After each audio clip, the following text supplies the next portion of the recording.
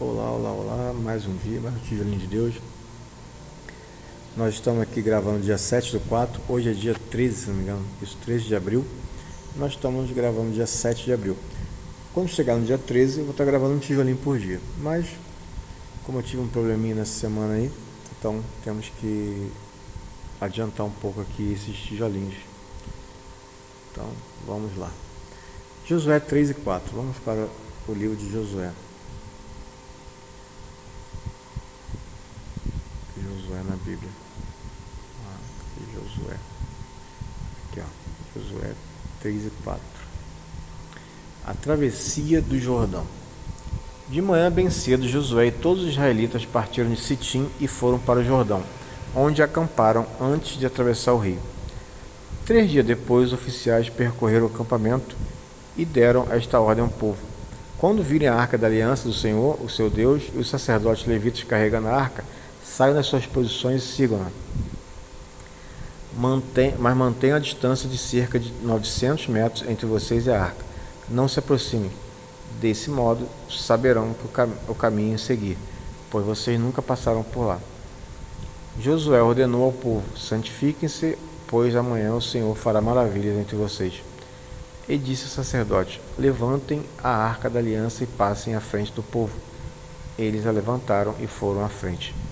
E o Senhor disse a Josué: hoje começarei a exaltá-lo à vista de todo o Israel, para que saibam que estarei com você, como estive com Moisés. Portanto, você é quem dará a seguinte ordem aos sacerdotes que carregam a arca da aliança: quando chegarem às margens das águas do Jordão, parem junto ao rio. Então Josué disse aos israelitas: venham ouvir as palavras do Senhor, seu Deus.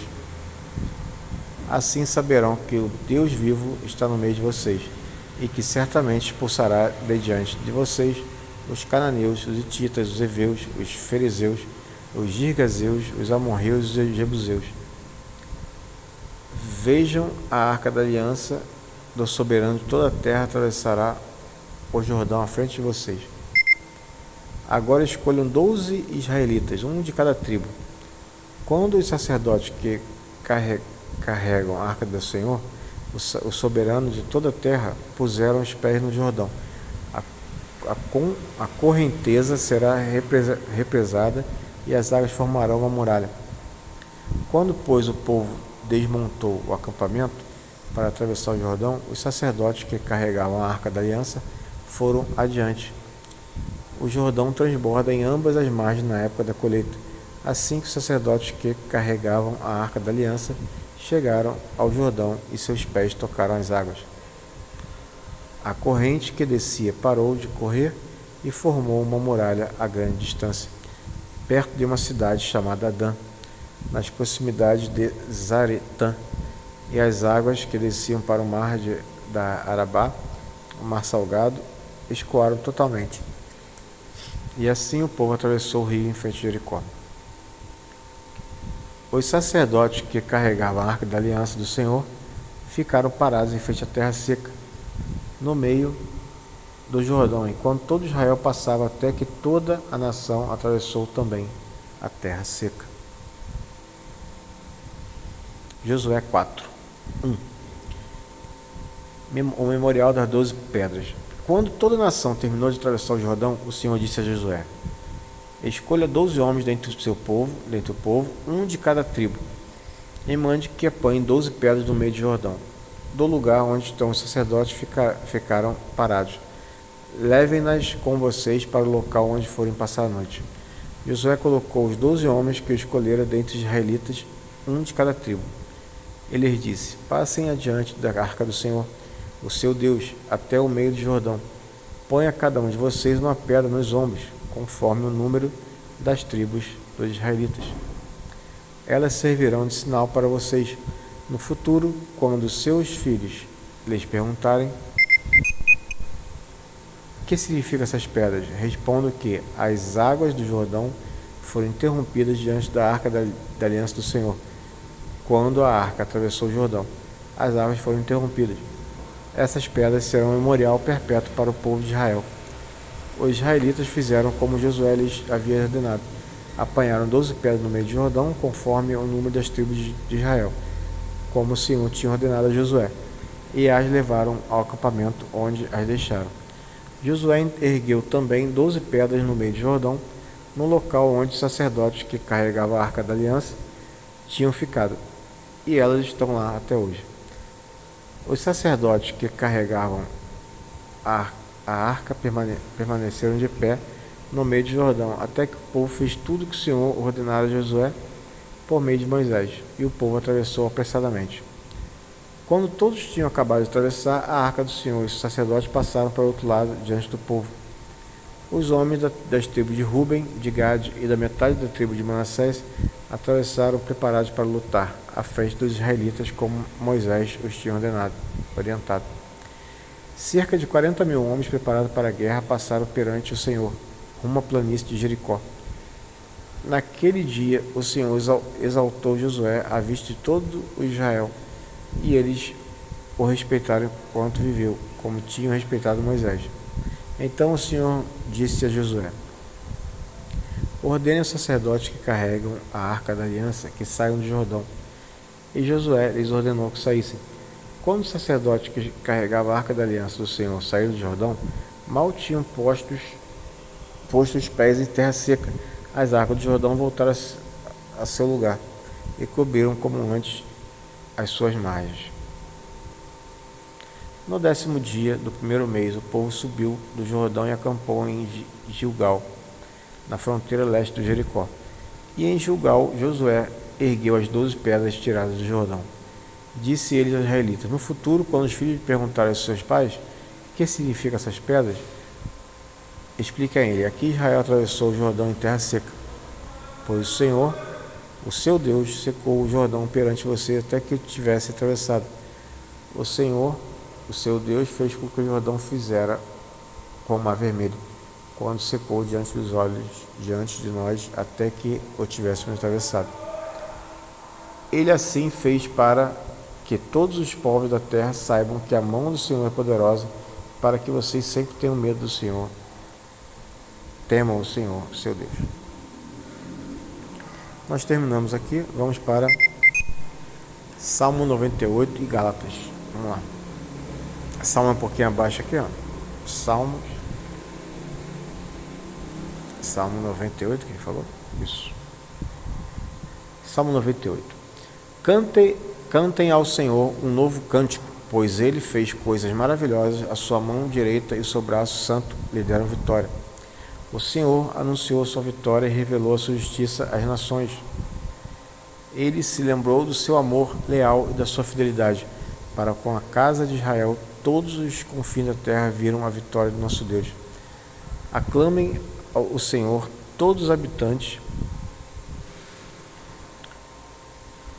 Aclamem o Senhor, todos os habitantes da terra. Louvem-no com cânticos de alegria e ao som de música. Ofereçam música ao Senhor com a harpa e ao som de canções, com cornetas e ao som da trombeta. Exultem diante do Senhor, o Rei. Ressoe o mar e tudo o que nele existe, o mundo e os seus habitantes. Batam palmas os rios, e juntos cantem de alegria os montes. Cantem diante do Senhor, porque ele vem julgar a terra, julgará o mundo com justiça e os povos com retidão. Amém. E Gálatas 3.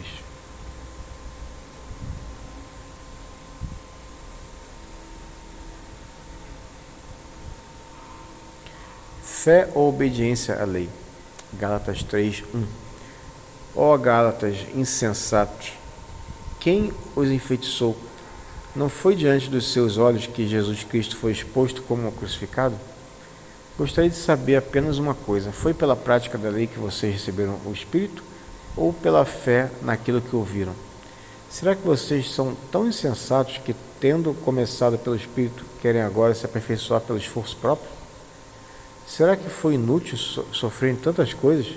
Se é que foi inútil? Aquele que lhes dá o seu Espírito e opera milagres entre vocês, realiza essas coisas pela prática da lei ou pela fé a qual receberam da palavra? Considere o exemplo de Abraão. Ele creu em Deus e isso lhe foi acreditado como justiça. Estejam certos, portanto, de que os que são da fé, estes é que são filhos de Abraão, prevendo a Escritura que Deus justificaria pela fé os gentios, anunciando primeiras boas novas a Abraão. Por meio de vocês, todas as nações serão abençoadas.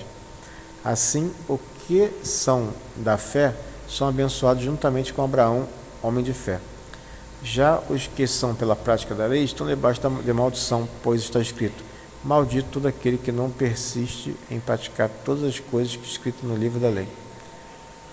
É evidente que diante de Deus ninguém é justificado pela lei, pois o justo viverá pela fé. A lei não é baseada na fé, pelo contrário, quem pratica essas coisas, por elas viverá. Cristo nos redimiu da maldição da lei quando se tornou maldição em nosso lugar, pois está escrito: maldito todo aquele que for pendurado no madeiro. Isso para que em Cristo Jesus a bênção de Abraão chegasse também aos gentios, para que recebêssemos a promessa do Espírito mediante a fé, a lei e a promessa. Irmãos, humanamente falando, ninguém pode anular um testamento depois de ratificado, nem acrescentar-lhe algo. Assim também, as promessas foram feitas a Abraão e ao seu descendente. A Escritura não diz, e aos seus descendentes, como se falando de muito, mas ao seu descendente, dando a entender que se trata de um só, isto é, Cristo. Quero dizer isto, a lei que veio 430 anos depois não anula a aliança previamente estabelecida por Deus, de modo que venha a invalidar a promessa. Pois se a herança depende da lei, já não depende de promessa. Deus, porém, concedeu-a gratuitamente a Abraão mediante promessa. Qual era então o propósito da lei? Foi acrescentada por causa das transgressões, até que viesse o descendente a quem se referia a promessa, e foi promulgada por meio de anjos, pela mão de um mediador. Contudo, o mediador representa mais de um, Deus, porém, é um. Então a lei opõe-se às promessas de Deus? De maneira nenhuma, pois se tivesse sido dado uma lei que pudesse conceder vida, certamente a justiça viria da lei. Mas a Escritura encerrou tudo debaixo do pecado, a fim de que a promessa, que é pela fé em Jesus Cristo, fosse dada aos que creem. Antes viesse esta fé, estávamos sob a custódia da lei. Nela encerramos, até que a fé que haveria de vir fosse revelada. Assim, a lei foi o nosso tutor até Cristo, para que fôssemos justificados pela fé. Amém. Agora, porém, tendo chegado a fé, já não estamos mais sob o controle do tutor.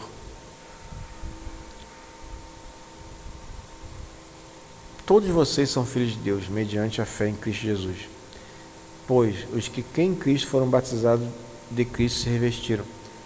Não há judeu nem grego, escravo nem livre, homem nem mulher, pois todos são um em Cristo Jesus.